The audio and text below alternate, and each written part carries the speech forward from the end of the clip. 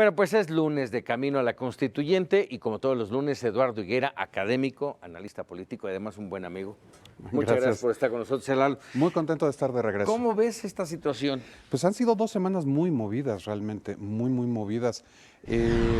Por ejemplo, ya sabemos quiénes son los candidatos, ya sabemos quiénes son los independientes, ya empezamos con las primeras impugnaciones, ya empezaron los primeros cuestionamientos al gobierno del Distrito Federal con respecto a que si hay veda o no hay veda.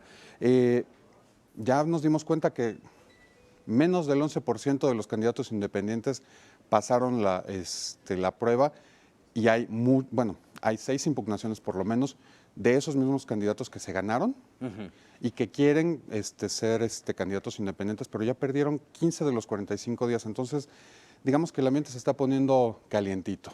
Tenso. Yo no diría que tenso tanto como así, pero sí está agarrando velocidad y sí están empezando a salir los primeros signos de esas malas costumbres que tienen los partidos políticos y hasta los candidatos independientes en algunos casos,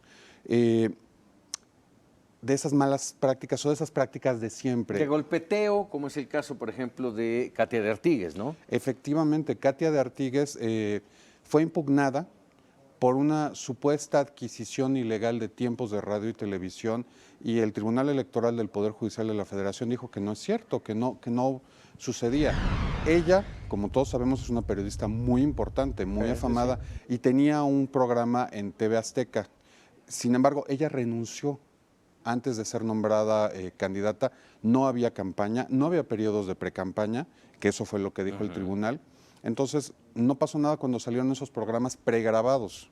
En realidad ella no estaba haciendo proselitismo, estaba haciendo su trabajo, nada más. Así y algo que es importantísimo es que la decisión del tribunal decía claramente, hay que privilegiar la libre discusión y la libertad de expresión. Así es. Y además, lo leía yo ayer o hoy, esta mañana, en la columna de Katia, mencionaba que fue al tribunal a responder a este tipo de denuncia y que al momento no conoce quién es su demandante.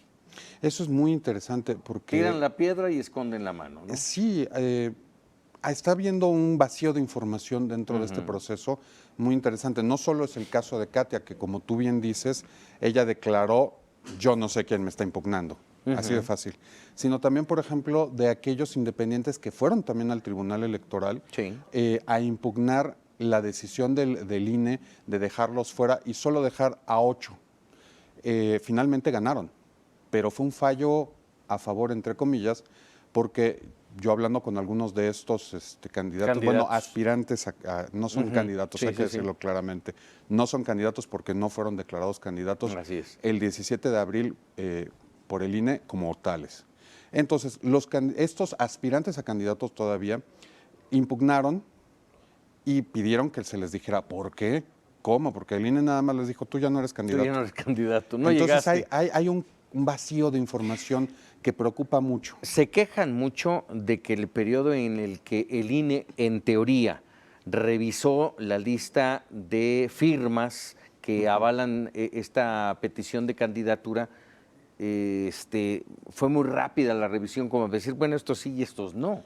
Bueno, te voy a decir una cosa, todos los tiempos son muy rápidos. Este proceso, cuando fue declarado todo el proceso en diciembre y en enero, cómo se iba a hacer, cómo fue la convocatoria, son tiempos muy cortos. Ahí sí la autoridad electoral no tiene la culpa, sino más bien cómo se planeó desde el principio al momento de hacer la reforma política.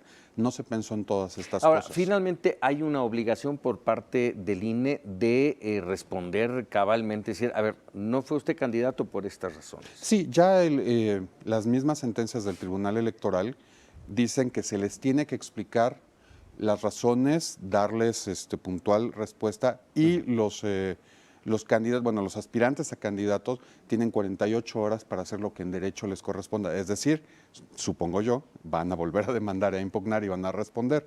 Veo poco probable que aumente el número de candidatos independientes y aunque eso sucediera, ya lo hemos platicado aquí, hace 2 semanas, la última vez que estuvimos aquí lo platicamos, ya perdieron 15, un buen proceso, 15 sí, claro. de 45 días. Sí, claro. Es decir, un tercio. ¿Cómo arrancas una carrera cuando los otros En 400 metros ya avanzaron 150, ¿no? Claro, claro, claro. ¿Cómo alcanzas a esos corredores, a esos candidatos? Así es. Es algo realmente difícil, es algo, vuelvo a lo mismo, yo creo que fue parte del diseño al principio que no se pensó bien.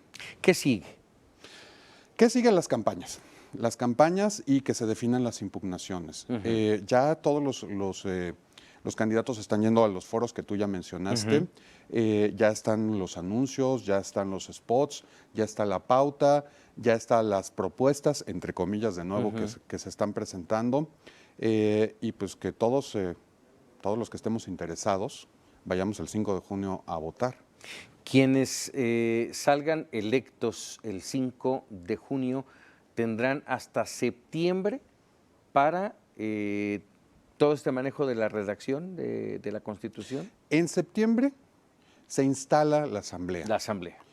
Supongo yo, dependerá de cada candidato, de lo interesado que estén, bueno, más bien, de cada diputado constituyente ya serán. Exactamente. Y qué tan interesados estén, pues estarán revisando los borradores que está haciendo el grupo del gobierno del Distrito Federal y de su grupo de asesores externos, que esa es otra. El grupo de asesores externos es muy divertido.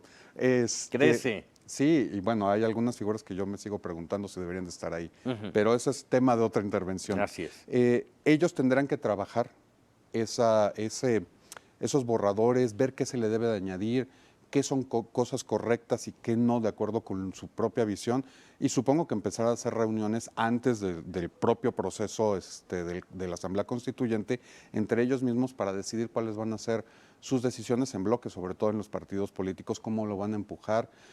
Ahí vamos a saber ya también muy claramente por dónde va a ir la pelota, porque vamos a saber cuántos del PRI, cuántos del PRD, cuántos de Morena, cuántos independientes. ¿Y qué nos depara el destino? Ya estaremos platicando de este camino a la Constituyente próximo lunes, Eduardo. Claro que sí, como siempre. Muchísimas gracias. Muchas gracias a ti. Gracias a ti.